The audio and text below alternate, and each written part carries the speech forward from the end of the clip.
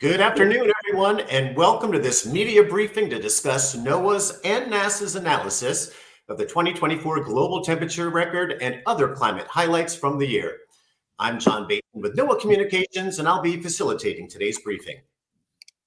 NOAA and NASA are two keepers of the world's temperature data and independently produce a record of changes to Earth's surface temperatures based on historical observations over ocean and land.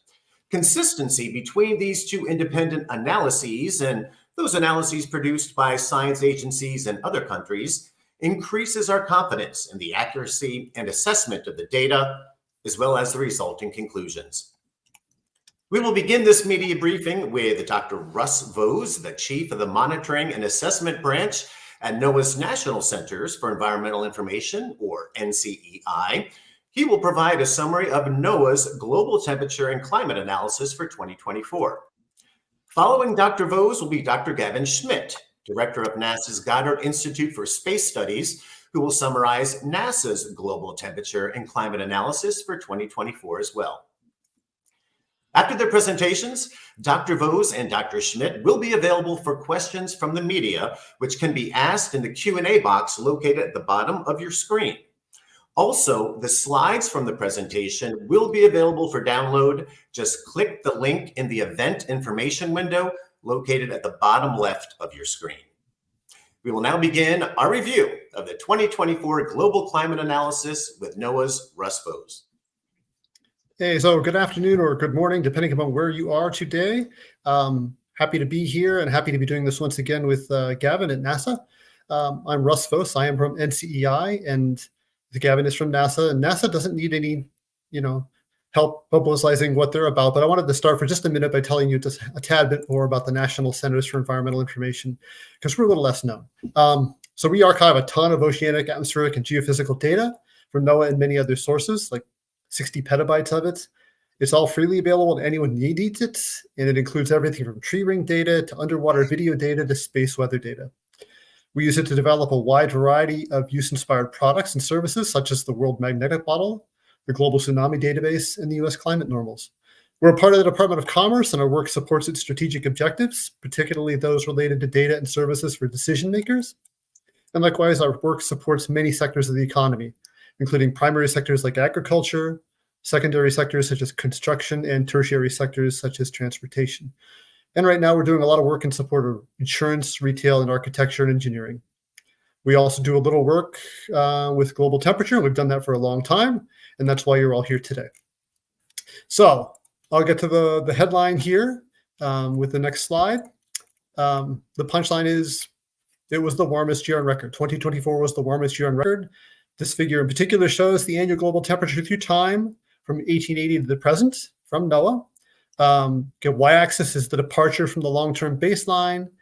Each dot is the temperature for a year, and the blue bars are decadal averages. Just a reminder, NOAA and NASA both use surface data, meaning sea surface temperatures from ships and buoys, and air temperatures from surface weather stations. We don't use satellite data like some other projects, and we don't use any weather forecast models like Copernicus. Those are great ways of tracking global temperature, but that's not what we do. Again, highlight is 2024 was the warmest year on record. In NOAA's data set, it was 1.29 degrees Celsius, or 2.32 degrees Fahrenheit above the 20th century baseline. We were 0.1 degrees Celsius above 2023. So a lot of groups like Copernicus and the World Meteorological Organization have been telegraphing the possibility that this was the warmest year on record for some time. That includes NCEI. Our monthly reports include a statistic that estimates the probability that the current year will be the warmest on record. And that statistic has exceeded 95% in each report since August. So this is not really new news at this stage. It's more of a confirmation for what we all suspected was going to happen. Getting back to the figure, you can see the last 10 dots, which are the 10 warmest years on record. Go back a bit further, meaning the blue bars. It's clear that each of the past 4 or 5 decades has been warmer than the decade that preceded it. And there's been a steady increase in temperature since at least the 1960s. And Gavin has a nice figure to show that. And a long-term increase since the late 19th century. As for next year, well, barring some major volcanic eruption or other extreme events, our preliminary calculations suggest there's only a 5% chance or less that 2025 will rank first. but a 95% chance it'll be in the top 5. But for the sake of full disclosure, at this time last year, we said there was only a 1 in 3 chance that 2024 would be the warmest year on record. So it's a tough game forecasting a global temperature. Quick description of things that might have contributed to 2024's warmth. Gavin may comment on these in more detail because it's really more his wheelhouse, but one of the obvious ones is El Nino, which had a warming effect for a couple of reasons. Above average ocean temperatures of the tropical Eastern Pacific, which is a big area, and drought over large areas such as related drought over large areas such as, excuse me, much of South America, which makes it easier for the land to heat up. El Nino ended in May 2024. We've had La Nina conditions emerge just last month. There's been a recent reduction in air pollution over the ocean, particularly in the North Atlantic and North Pacific. Shipping regulations implemented in 2020 have reduced the emission of sulfur dioxide, which tends to encourage low-level cloud formation. So if you have reduced emissions, that implies fewer clouds and more sunlight reaching the Earth, being the ocean, and warming it.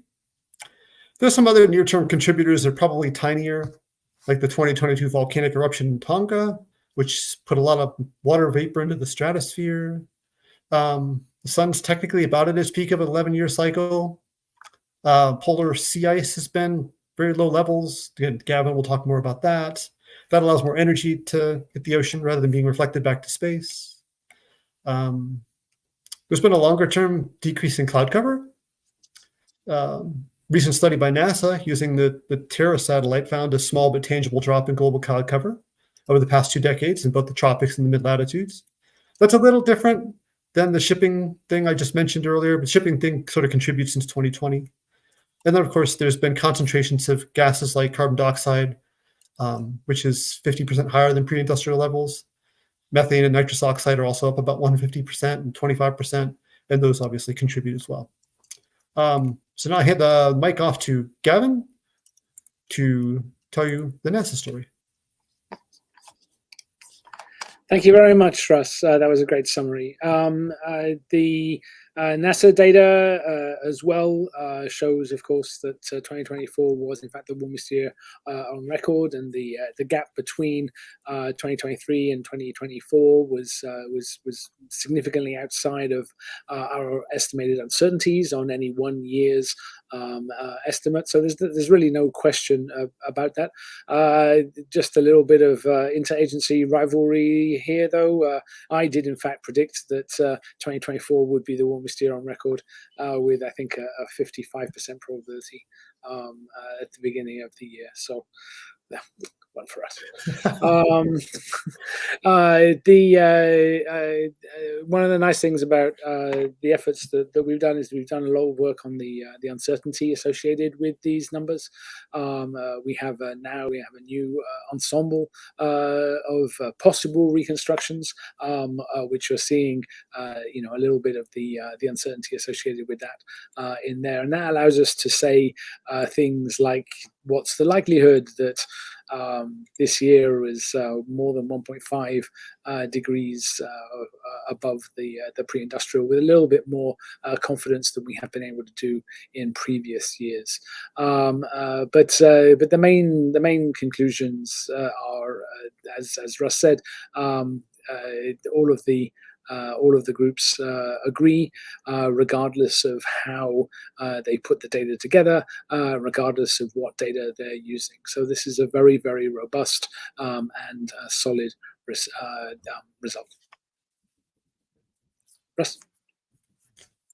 All right, thanks, Gavin. So this next map shows temperatures for 2024. It's in the NOAA analysis. NASA will look very similar. Reddish areas had above average temperatures for the year. Bluish areas had below average temperatures.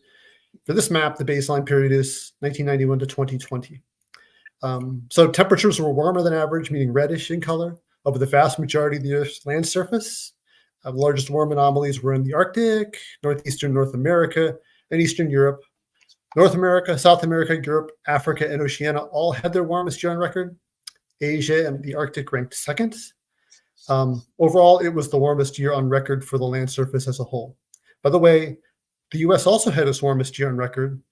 The only other time that's happened, meaning both the US and the globe had their warmest year on record, was 1998.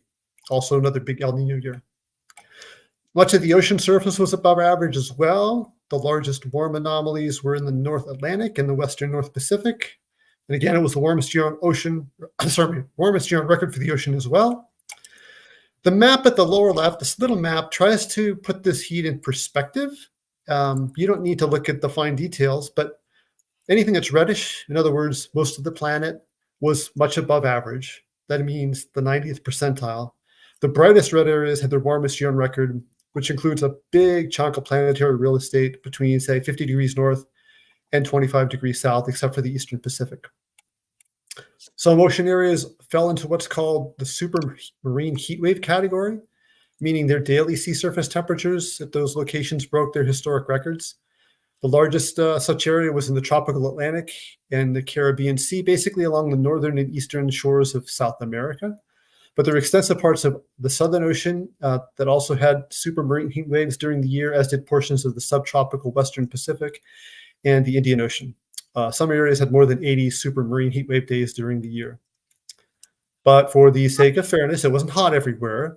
Temperatures were cooler than average, meaning bluish in color over some areas such as southern Greenland, eastern Antarctica, the southeastern Pacific Ocean, and the Drake Passage, which is that ocean area between South America and Antarctica.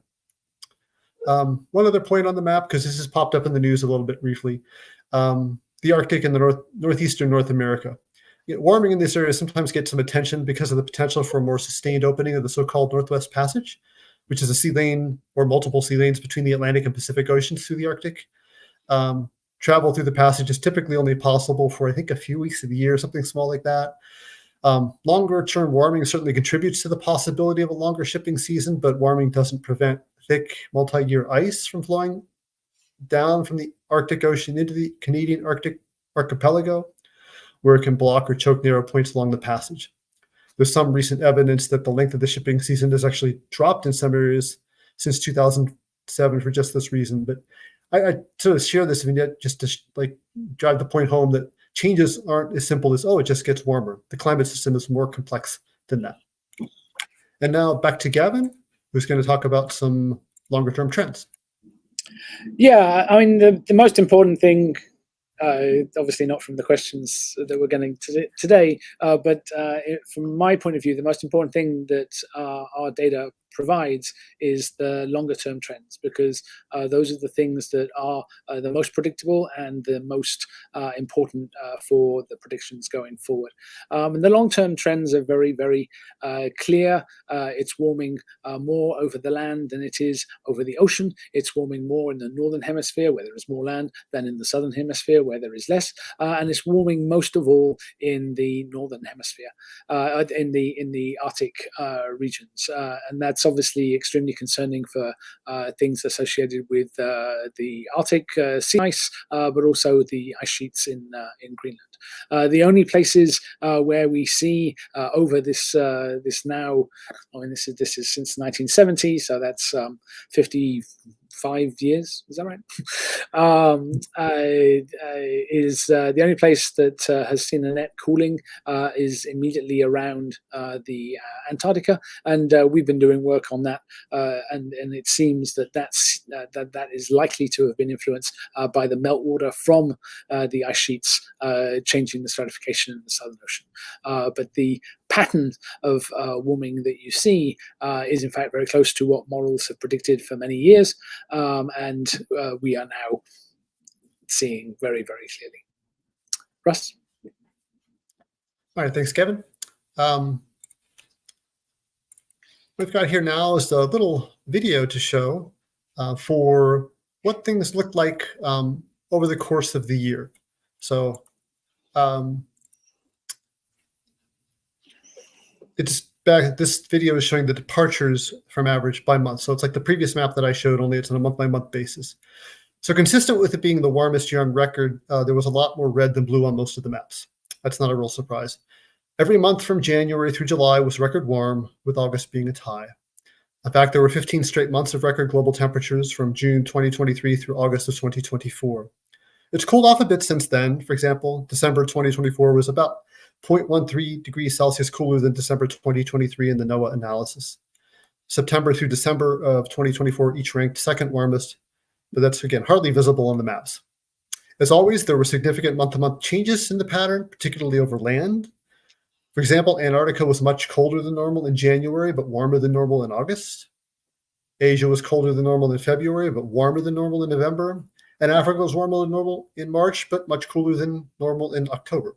This sort of variability is quite normal over land. In contrast, there was a lot less month-to-month change over the ocean, which is also normal, simply because water has a higher heat capacity than air. As a result, some patterns were persistent, such as above normal conditions in much of the Atlantic and the Indian Oceans. Other areas changed gradually, such as the tropical Eastern Pacific, which was above normal early on, then became cooler than normal. This reflects the transition from El Nino conditions to a neutral state, and then in December to La Nina. And now back to Gavin.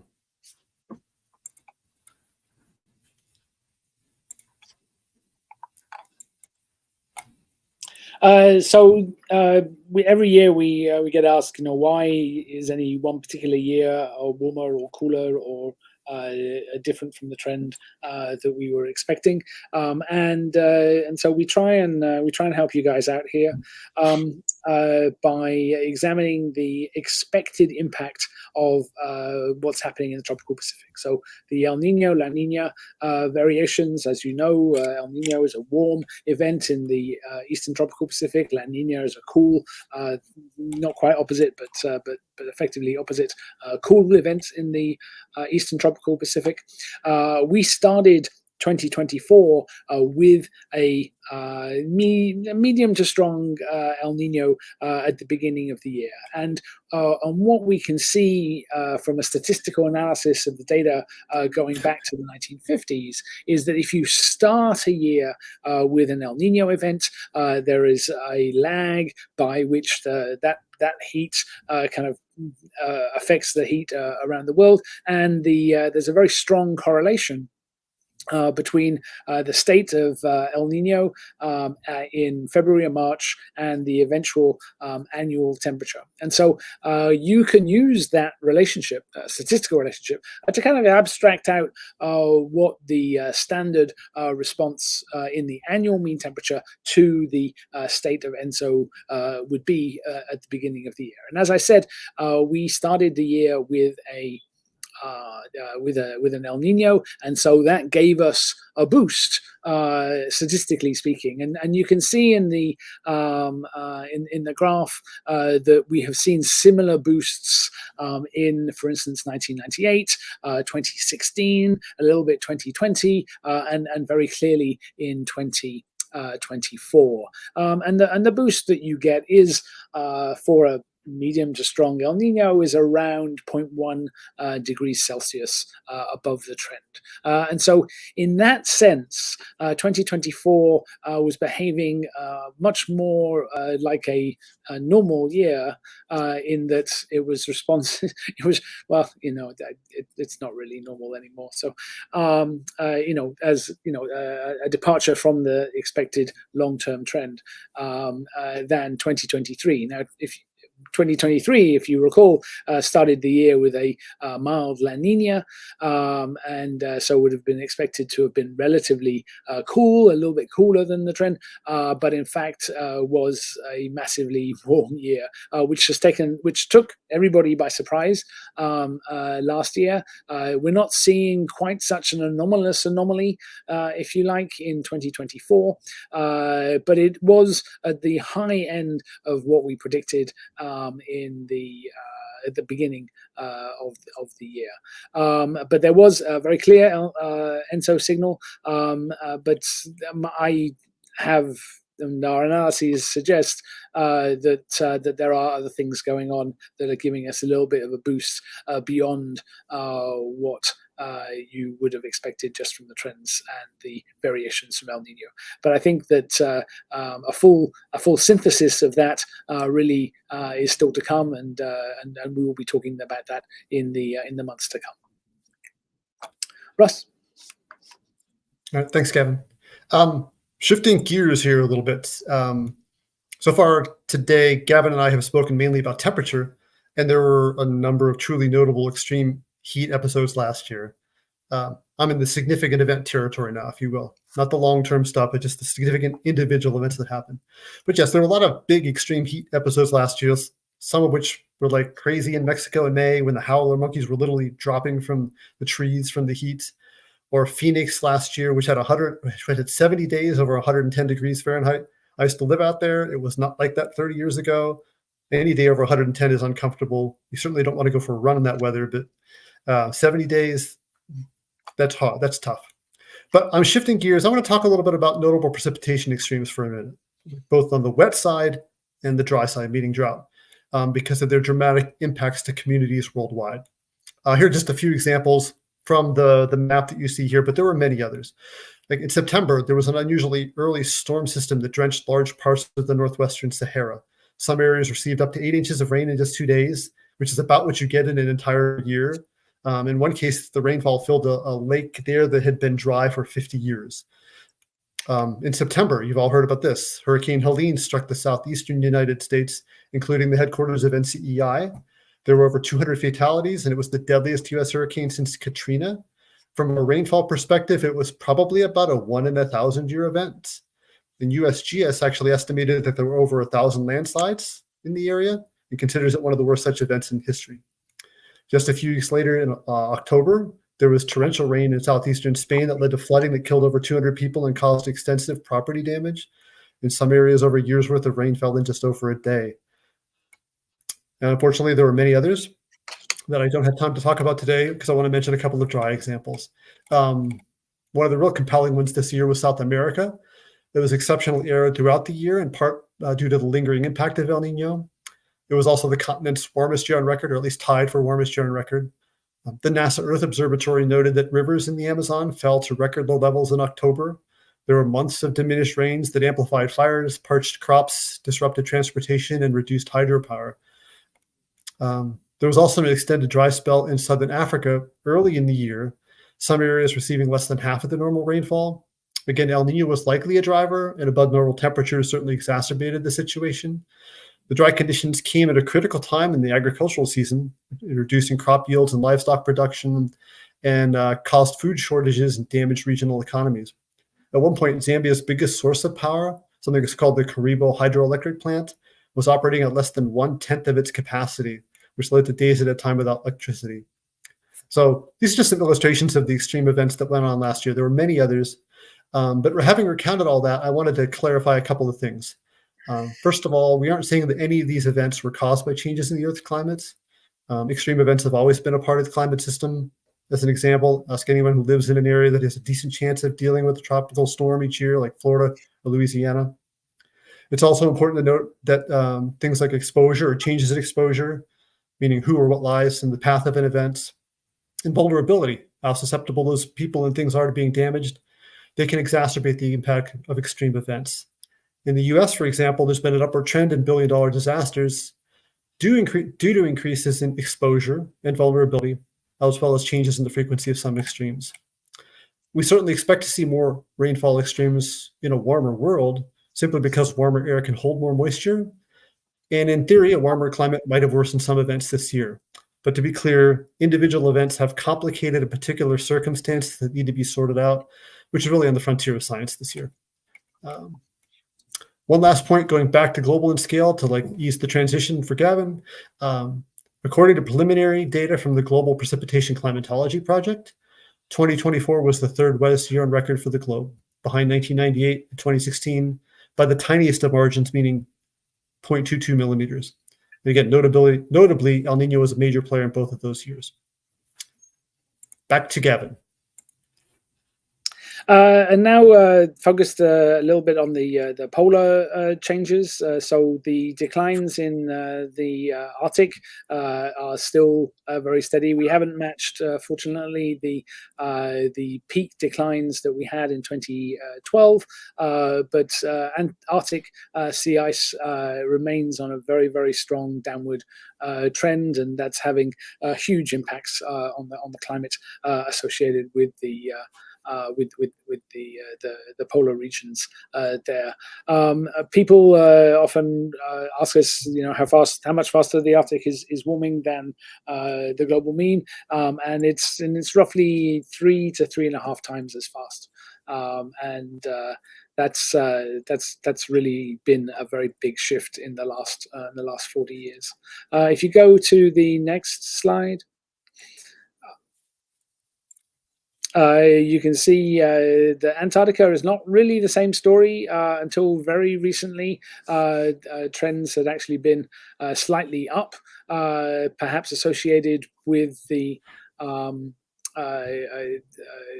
fresh water that was coming off the Antarctic continent, but somewhat unexplainedly, since 2015, we have seen increasing decreases in Antarctic sea ice. And while last year's September maximum in 2023 was the lowest on record, the 2024 number was right behind it.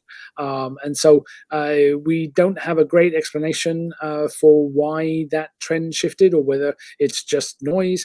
But that's certainly something that we are looking at through multiple different techniques going forward into the future. Back to you, Russ. Thanks, Gavin. Back to something completely different again. This slide shows ocean heat content from the late 1950s to present. Ocean heat content is basically the total amount of warmth and heat energy that's stored by the oceans.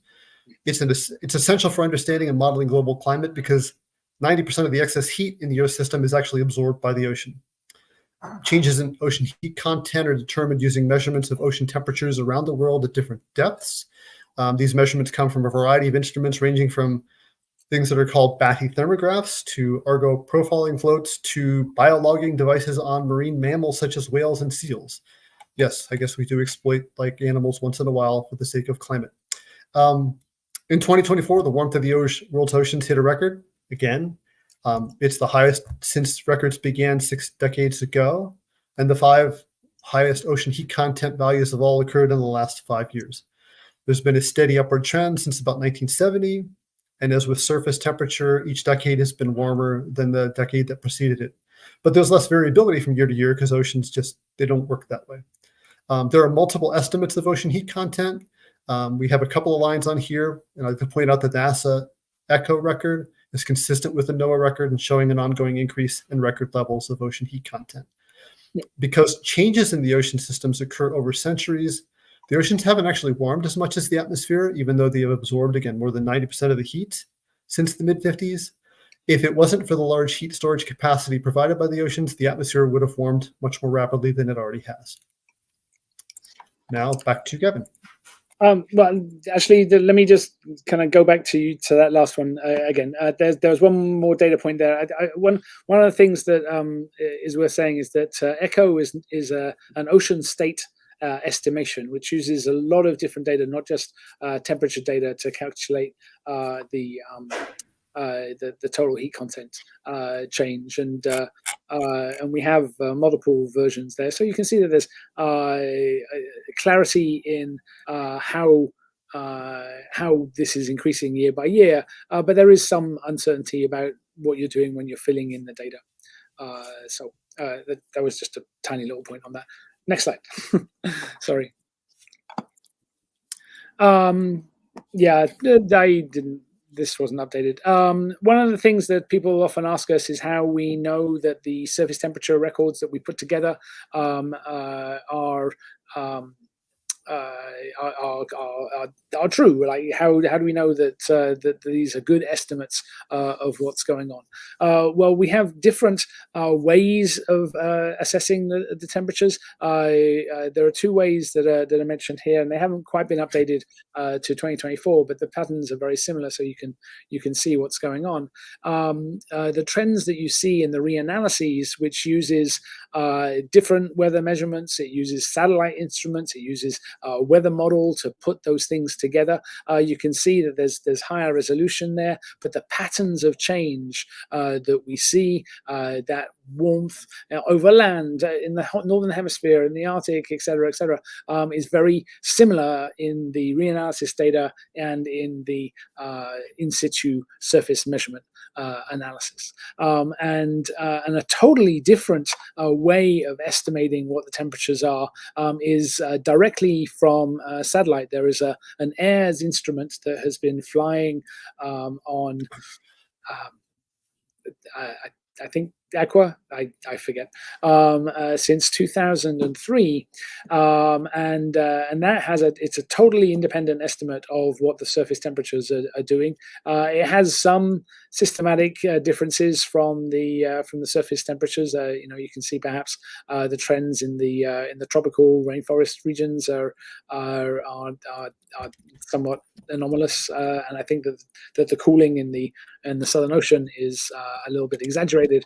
But otherwise, the patterns, particularly things like that warm band of temperatures across the North Pacific and in the Arctic, all of those things are coherent from these very independent data series. And so our confidence that the surface temperature data set can be used to go back in time with some credibility is boosted by the comparisons with what we can now do in terms of comparative analysis with different measurement systems. Thank you. All right, thanks, Gavin. And this is our last slide of the day before we take questions. The punchline here is there are a number of groups out there that track global surface temperature, and they all tend to tell the same story. Some of the other major players include like the UK Met Office / Hadley Center, the Copernicus Climate Change Service, Berkeley Earth, and the Japan Meteorological Agency. This figure shows time series for several of those major analyses, and despite using somewhat different data sources and analytical methods, the results rarely diverge by much, and they all indicate that 2024 was the warmest year on record.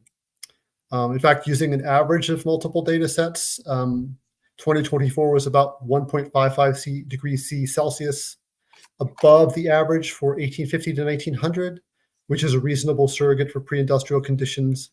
So it is likely that we have now seen the first calendar year with an annual global mean temperature above 1.5 degrees Celsius. But to be clear, this does not indicate the planet has exceeded the 1.5 degrees Celsius target discussed in the Paris Agreement. That target refers to a sustained, meaning multi-decadal average that exceeds 1.5 degrees Celsius. That's projected to happen sometime in the 2030s or 2040s. It's worth noting that by coincidence, NOAA and NASA were actually slightly below 1.5 degrees Celsius. We haven't had the time to do any analysis to investigate that yet, but there was at least one recent paper that found that some other global temperature data sets were slightly warmer than, say, tree ring reconstructions over the land areas of the Northern Hemisphere during the second half of the 19th century.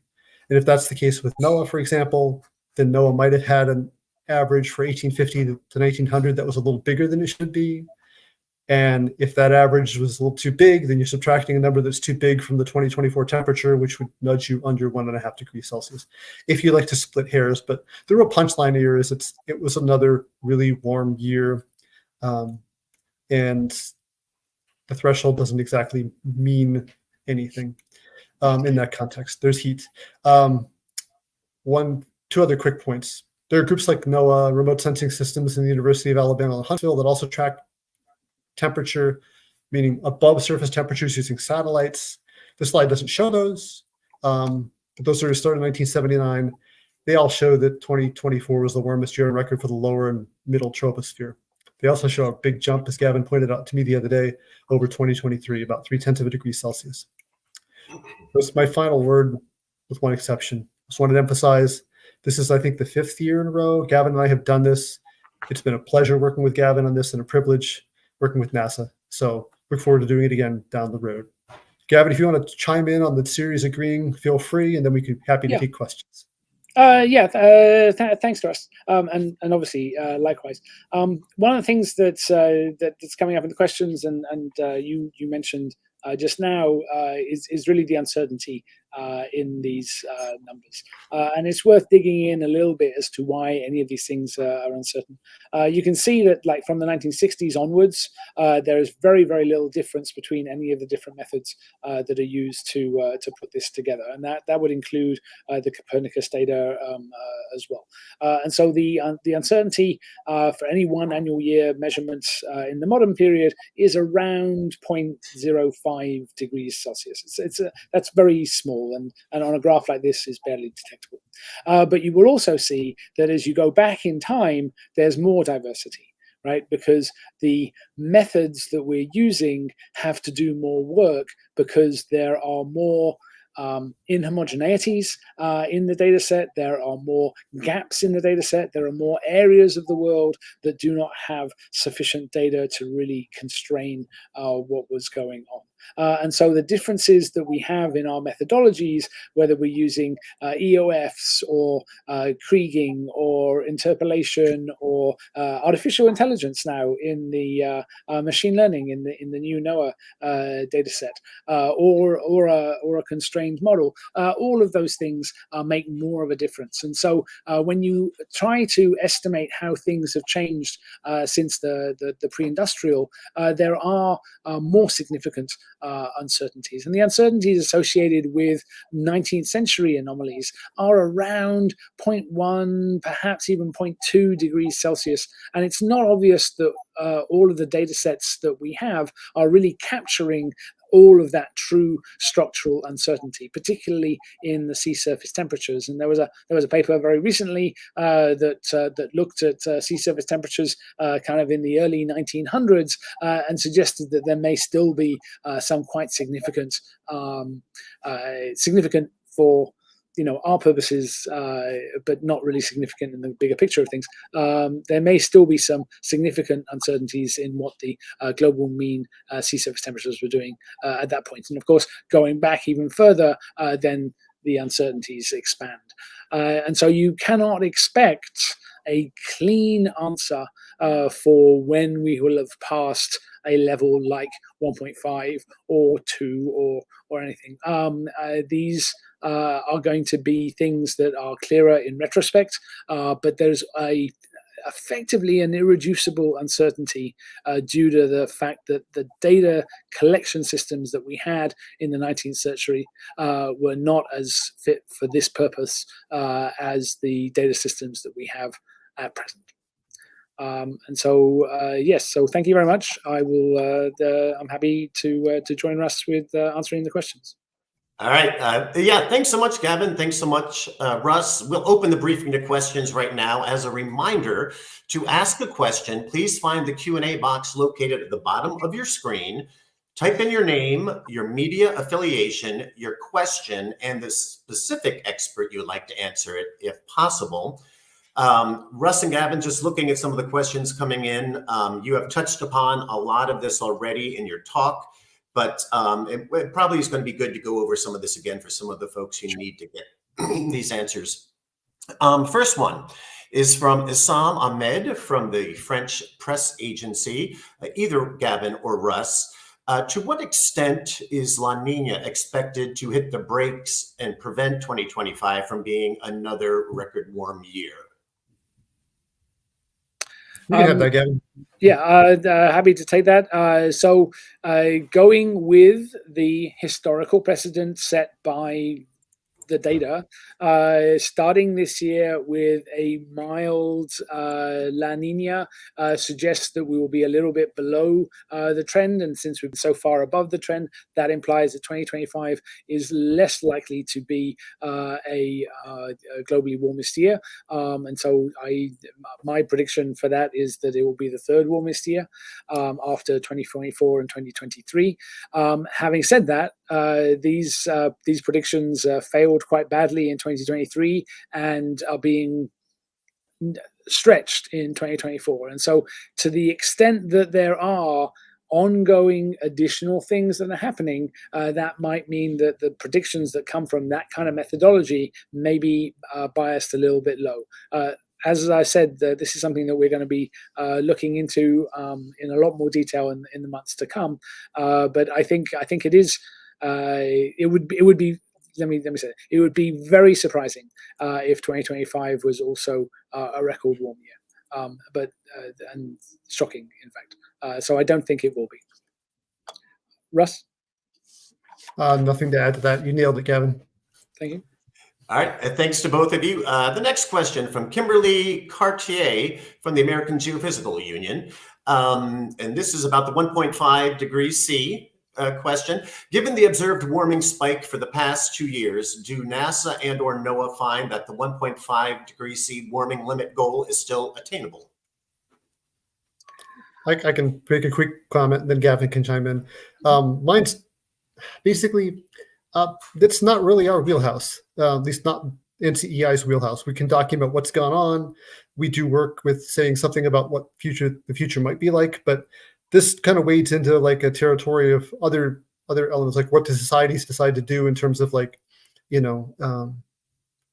emissions of greenhouse gases and such, and that's not really our wheelhouse. So I'll leave it at that. I mean, yes. I mean, effectively, Russ is correct. Even if we likely exceeded 1.5 this year, that doesn't mean that we've exceeded it in the context of the Paris Accord, which is over a longer time period.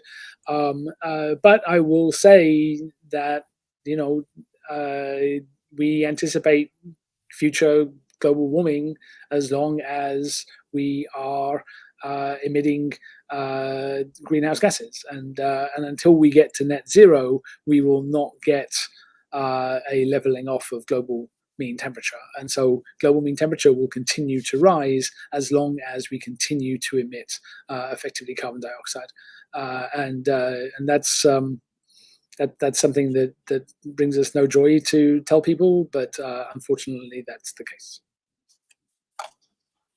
Okay, thank you. Next one is from James Deneen. This is for Russ. It looks like it's kind of a two-part question, Russ. The first part of it is, what is the 1850 to 1900 baseline for NOAA? Do you have that in front of you? Yeah, sure. We use the 20th century baseline for our figures. What I can tell you is the 1850 to 1900 baseline is 0.17 degrees Celsius cooler than the 20th century baseline, if that helps. As far as this year's temperature, 1.29 degrees C, that translates to 1.46. Yeah, 1.46 above the pre-industrial baseline. I have them all in front of me here. Yeah, 1.46 for NOAA and 1.47 for the GIST temp analysis. Wonderful. All right, thank you guys. Next question, kind of related to this, from Eric Roston. Are NASA and NOAA's temperatures meaningfully, in quotes, below 1.5 degrees C, or all the other data sets meaningfully above 1.5? Great question, and the answer is no, not really. The spread amongst the models and the uncertainty associated with that is about 0.13 degrees Celsius, and so that's that puts the NOAA and NASA numbers comfortably within the possibilities that the real number is 1.5, and it's similar for the Berkeley Earth and Hadley Center estimates as well. So I don't know that there is a meaningful difference between the different estimates. And so the WMO synthesis number, which is 1.55 plus or minus 0.13, I think is a reasonable assessment of what the real world shows. Yeah, I add briefly to what Gavin said. The differences between the analyses this year, that's like splitting hairs. I wouldn't get wrapped around the axle about those differences. And that's partly why, when organizations try to say more generally, has the world passed a 1.5 degrees Celsius threshold, they're talking about a multi-decadal average, something that's going to be a more robust number, something that's not going to be nearly as sensitive to like little differences like this. Okay, thank you, guys. We have another question, and again, you've been kind of answering some of these as we've been going along, so there may be some information that you have to repeat. But this is from Seth Borenstein from the Associated Press. two-part question. It says, Gavin, what amount of the warming comes from the El Nino Southern Oscillation? This year, about 0.1 degrees. Wonderful. Thank you. And then the second part for either NASA or NOAA, and you guys did touch upon this. Why are both NASA and NOAA the only ones of the major monitoring teams not to exceed the 1.5 threshold? It's related to the sea surface temperature data that we're using. So both the NOAA and the NASA data use the ERSST5 version of the historical SST data. So that's the ocean components. The Hadley Center and the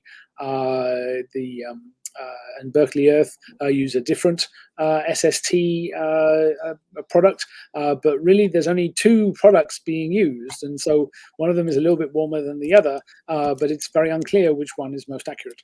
And so people who are looking at sea surface temperature reconstructions have been making a point very vociferously in technical meetings recently that we need more and better understanding of the uncertainties in that product. So the reason why our two products are a little bit low and the other two products are a little bit warmer is almost entirely due to the SST data set that's being used. The only thing I'd add to that is we've been using that data set since for at least 5 years now in our global analyses. So there's nothing new here. I'm a little concerned that some might look at NOAA and NASA being below 1.5 and thinking that something's up with that. And there's nothing up with that. We've used the same ocean data for years now. Yeah, I mean, there's real, genuine uncertainty about what 19th century sea surface temperatures looked like. We had very few ships going anywhere close to the Southern Ocean at that point. We had very sparse coverage in in most of the Pacific or in the South Atlantic, and so you don't know what you don't know. So it's those are real issues that are not going to go away anytime soon. Okay, thank you guys. Another question coming in from Globo Brazil, from Marco Brito. To what extent can we say that wildfires and other extreme events or anomalies are becoming a new pattern or a new normal? To quite a large extent. We have done now collectively hundreds of analyses of specific extremes. We have done collective analyses of all the different patterns of rainfall and heat waves, and it's very, very clear that the heat waves that we're seeing would not have been happening without the anthropogenic climate change. The intense rainfall increases that we're seeing almost everywhere would not have been happening without the anthropogenic climate change. The signal in wildfires has been slow to emerge, but it is very clearly emerging, unfortunately. And so we are seeing changes, and for a long time, the global mean temperature changes were a bit of an esoteric thing. Nobody lives in the global mean, but the signal now is so large that you're not only seeing it in the global mean, you're not only seeing it at the continental scale, you're not only seeing it at the regional scale, you're seeing it at the local scale, you're seeing it in local weather. And we have, collectively, my colleagues at NASA and JPL, your whole lab, this year have been at the very sharp end of some of these events whose intensity and impact has been juiced by anthropogenic climate change. And so, this is no longer an esoteric academic exercise for us. This is now quite personal. Okay, thank you so much, Gavin. Let me see what we got here. Looks like some more questions are coming in. This could be for either one of you guys, Russ or Gavin. How are average temperatures around the globe measured, and in what locations? Do you use satellite measurements? Yeah, I grabbed this one quickly. Over the land surface, we use air temperatures from near-surface weather stations, which are scattered all over the world, tend to be in more populated areas. There's, for example, not that many in Antarctica, but there are some. Over the oceans, it's sea surface temperatures, which are measured historically, like say 19th century and early 20th century on ships. They would just take a bucket, dump it in the water, measure the sea surface temperature. Over time, that's been more sophisticated. Ocean temperatures being measured through like engine intakes on ships. Now there's like buoys, cargo floats, things like that are even more precise that measure sea surface temperatures. We don't use satellite data in our analyses. They're wonderful. We have nothing against them, but these are just basically derived from more traditional observations because they go back farther in time.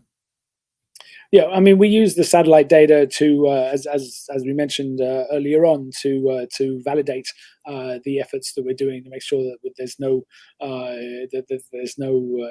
inhomogeneities that have crept in or non-climatic issues with such as like urban heat islands. So we spend a lot of time trying to make sure that the data that we have is representative of larger areas, and as far as we can tell, it is.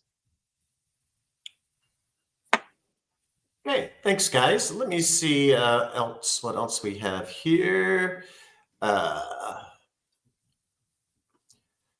right, it looks like Karen Rives from S&P Global Commodity Insights. I'm hoping I'm pronouncing that correct.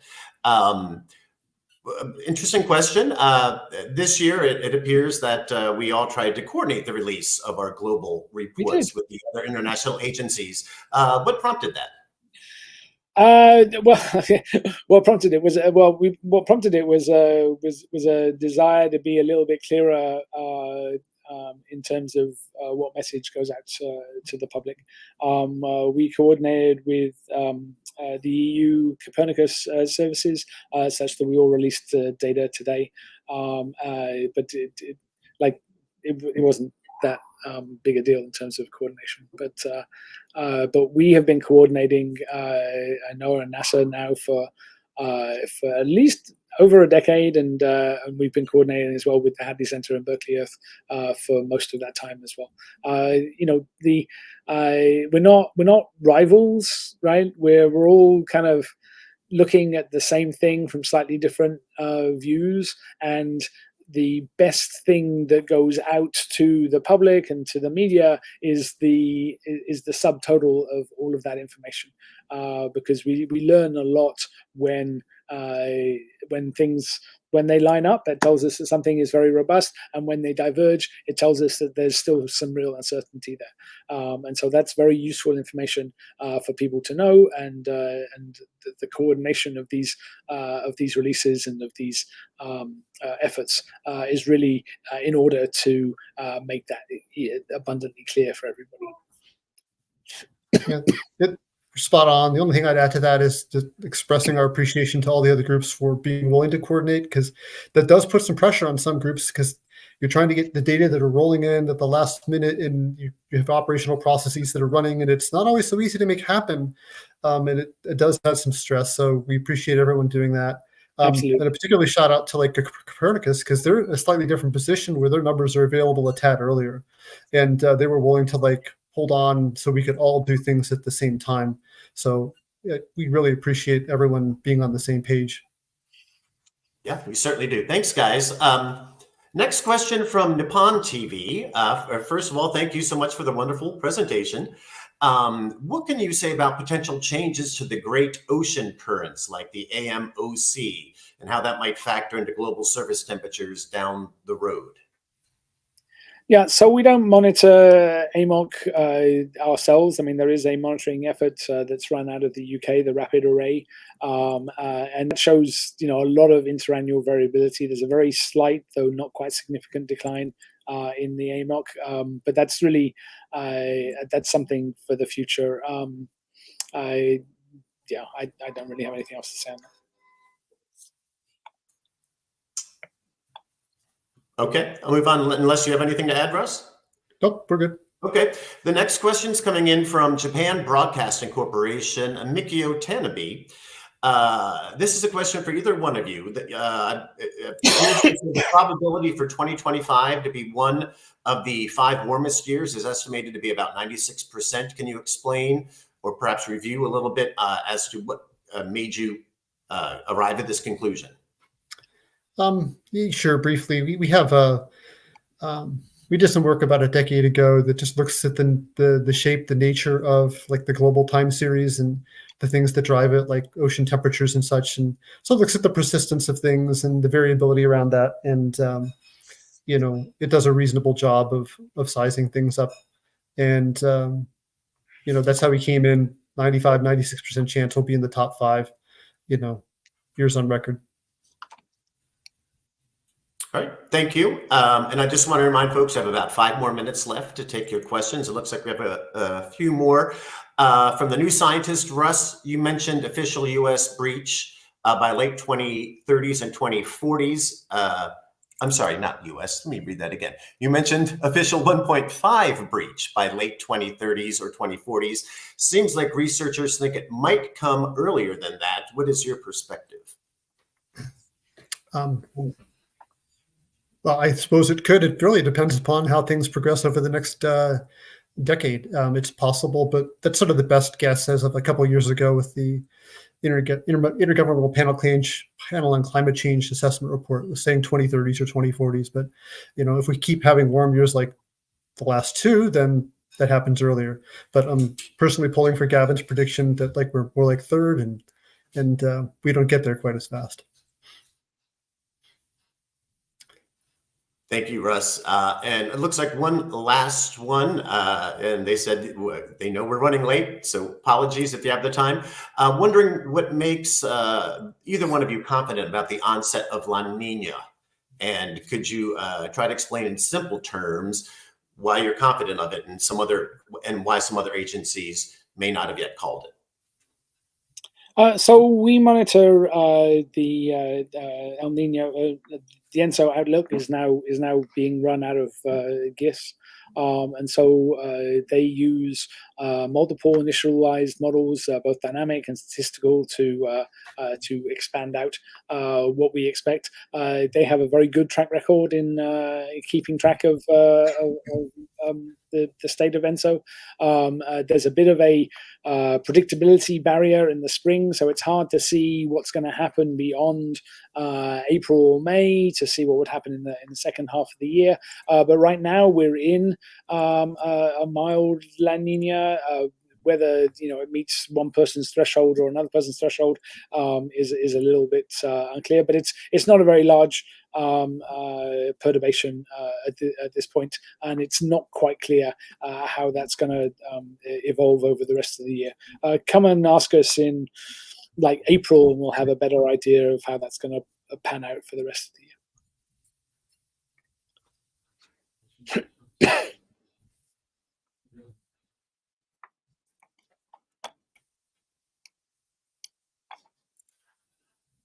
Anything else? John, you're muted. Thank you. Apologize for that, guys. We got a couple more minutes here. One final question. John Todd Waterman from the Tennessee Sierra, it looks like. What do you expect the relative future impact of global warming and cooling feedback loops to be, particularly whether or not they would accelerate each other? Well, I mean, there are feedbacks to global warming that we're very aware of. The increasing amount of water vapor, which is a positive feedback, an amplifying feedback. The change in sea ice, which is also an amplifying feedback. The melt in the permafrost, which releases greenhouse gases, which is another amplifying feedback. And that's measured. That's moderated by the negative feedbacks, the dampening feedbacks associated with more energy going out to space, perhaps shifts in the clouds. Those are things that are kind of working out all the time. We think that we know that the net the feedback is amplifying, so it warms a little bit more than you would have expected just from the radiative transfer associated with carbon dioxide on its own. And and that's that's playing out right now. We're seeing some very interesting patterns of dynamical cloud feedbacks. So the clouds are moving poleward in the storm tracks that may be having a big impact on the measured albedo, the reflectivity of the planet that we've been measuring from NASA satellites. Yeah, I mean, like, knowing how all these things are playing out is really the bread and butter of the climate modelers, which, when I'm wearing a different hat, that's me as well. But other groups as well, and we're very interested in seeing exactly how these things are playing out, even on a year-by-year basis. But unfortunately, they're not going to come and save us from ourselves. Okay, anything you want to add on to that, Russ? If not, it's right at the top of 1 o'clock. Nope, we're good. All right. Well, thank you, guys. Thank you very much, Russ and Gavin, for taking the time to present and give your feedback to the reporters. We're going to wrap up the press briefing at this time. I'd like to thank all of our presenters and participants for joining us today. I just want to remind you that a recording of this media briefing will be available on Monday on the online media advisory on NOAA.gov, as well as on NOAA Satellite's YouTube channel. And of course, if anyone from the media has additional questions or informational needs, please feel free to reach out to me, and I will spell it: NESDIS.PA@NOAA.gov. That's NESDIS.PA@NOAA.gov. And my contact information is also available in the media advisory. Thanks for joining us today.